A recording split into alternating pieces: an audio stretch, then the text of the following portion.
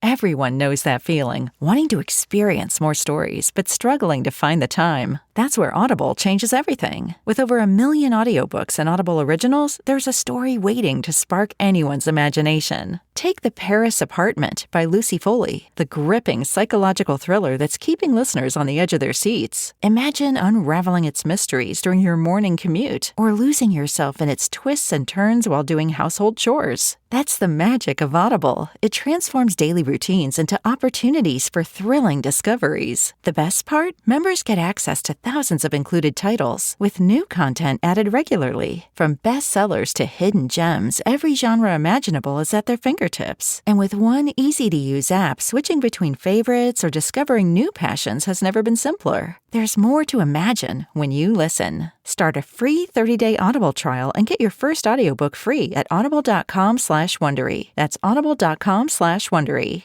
Now our body is rested, organized. So let's look at our home and see what areas, corners, or drawers need some attention. Shanisty Ireland is a food and lifestyle influencer and always brings us some simple ideas for planning as well as good, quick recipe ideas. Shanisty Ireland, good morning, and thanks so much for joining us once again.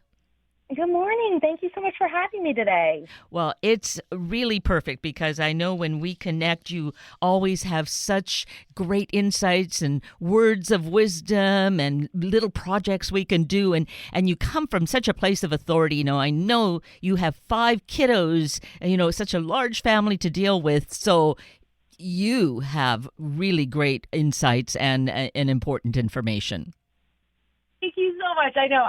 It's funny. Sometimes people ask me, like, well, what makes you a food and lifestyle influencer? And I was like, basically, I just have 5 kids. So, I feel like I've been through it all. The picky eaters, the messy kitchens, the messy pantries, the fingerprints all over the walls, crayon all over the wall.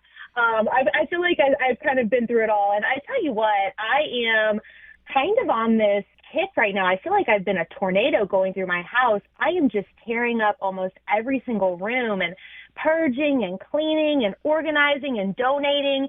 And it is just such a freeing feeling when you're able to offload some of the stuff in your house. And I love that. Do you bottle that up? Can we buy that kind of energy somewhere?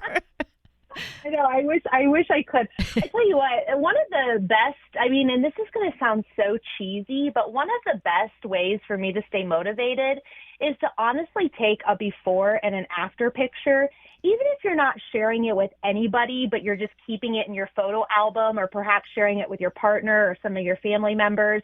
It's just so, I don't know, it's like liberating. You just feel so free. And sometimes I even take a time-lapse video of me actually cleaning these places. So I never forget how hard that work was. And it's just really neat to see the before and after, to see how these spaces and, your pantry and your kitchen and your refrigerator, garage, basement, I can go on and on. But just trying to get them cleaned out, especially for spring, because summer's so busy. I feel like right now is the perfect time to take advantage of all of those things.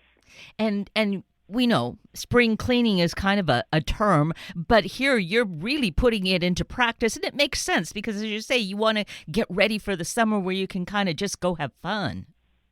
For sure. And, spring cleaning, even at the beginning of this season, I sat down with a list and showed my husband, and it had I'm embarrassed to say, it had 46 items on it or something crazy like that. And it was very overwhelming. It was overwhelming for me to look at. It was overwhelming for him to look at. And it doesn't have to be that way because spring cleaning really is a marathon. But if you break those little tasks down and you tell yourself, I'm going to accomplish 3 tasks this week, and they could be as small as cleaning out your silverware drawer, or they could be as large as tackling your pantry or your garage.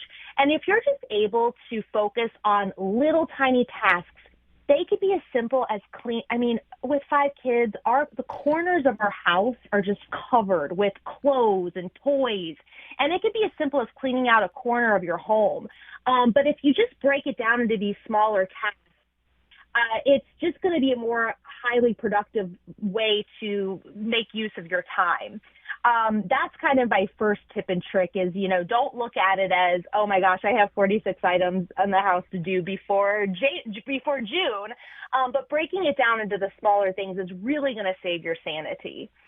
I love it. Oh, that is, see, these simple things which we don't think about. And that's why you are the expert here. And, those 5 kids have really taught you how to proceed. So today you want to get us to focus on that kitchen pantry, right? Yeah, the pantry especially. The pantry and the refrigerator. Of course, when you're thinking of spring cleaning, you're going to want to clean off all of your surfaces, kind of do a deep clean of that under your sink cabinet that may have cleaning products in there that you can't even remember buying. They're so old. Going through all of those things. But when we really focus on the pantry and the refrigerator, I really recommend you take a good chunk of your time, because it's going to take a while if your pantry's large, and you pull everything out of there and just crowd the counter spaces with everything that was in there. Then start looking at the expiration dates. You'll be surprised. I mean, flour even has a shelf life, and baking soda and baking powder and some of those things that we think, I don't really use flour except for around the holidays and Christmas time. Well, it'll expire. So you have to look at those expiration dates on all of those items. I can't even tell you how many times I've found salad dressing in my pantry that is probably like 2 years old, but I forgot about it. So by pulling everything out, looking at the expiration dates, tossing what you can. If there are some canned food items that you're like, I don't think I'm ever going to use this. Of course, food pantries, donating that wherever you can. And then looking at some of those other things that you may have had, such as chips or pretzels or pork rinds or whatever it may be, and being like, what kind of creative recipes can I come up with these things so it's not wasteful? That's kind of where it comes into play to look at Pinterest and social media and get really creative ideas. The same thing goes for your freezer, especially. Some of those things in there, they may have freezer burn. Just toss them. It's not even worth your time. But if you find some of the things in your freezer that you're thinking, man, I really want to make something with this, or your refrigerator even, pulling everything out so you get a good survey of everything, looking at the expiration dates, and then organizing it so it's very accessible to you. So you don't have the salad dressing behind 17 things that's been sitting there for 2 years, kind of organizing it in a fashion where you're able to find it and it's more accessible to you. So was there something that you created yourself from such a find that really wasn't interesting, a recipe that the kids really liked? Yeah, I'm so glad you asked. Southern Recipe small batch pork rinds is actually kind of a staple in our pantry, believe it or not. And you might be thinking, really, pork rinds? But they're so delicious. They're packed with protein. They're low carb, keto friendly. They also have collagen in them. They're extremely healthy for you. And I like to use those as substitution for tortilla chips. So you can make nachos with them. You can crush them up and use them as breadcrumbs. You can even crush them up and put them on top of your mac and cheese casserole. I made some Southern Recipe small batch pork rinds, pork nachos last week, and they were so simple. Basically, I'm substituting the tortilla chips for the pork rinds, and then, of course, adding everything on top, the cherry tomatoes, feta cheese, cucumber, onion, whatever it may be. You could have some beef on there. You could have pork on there, chicken on there, whatever it may be. And that's just a really easy weekday lunch or dinner or snack option when the kids get off the school bus. Really simple and very flavorful. And I bet they love that, don't they? They do. Yeah, they do. Especially, if you have like a build your own nacho bar as well, where they can kind of make their own thing. Because some kids, at least in my house, some of them like the onion, some of them don't. And the same goes for grown-ups, too. Some people like sour cream, some don't. So just kind of creating a bar so people can make their own is also a great option. I love that. I mean, it makes my mouth water, too. What a great idea. And so the same goes true as we clean out the refrigerator. We'll find these sorts of things and be willing to kind of get creative, I guess, right? Yeah, for sure. Another thing that that's always in my freezer is Julian's Recipe. They have different baguettes. They have a pretzel baguette. They have a garlic bread baguette. They also come in waffles, but you can use the baguettes to create a bruschetta or a crostini or whatever it may be. I love having these in my freezer because when you are searching for something quick and easy, it's so wonderful to grab this. Even when I'm having a spaghetti night, I always serve the Julian's recipe on the side of it. So you just pop it into the oven, 400 degrees, only for about 15 minutes.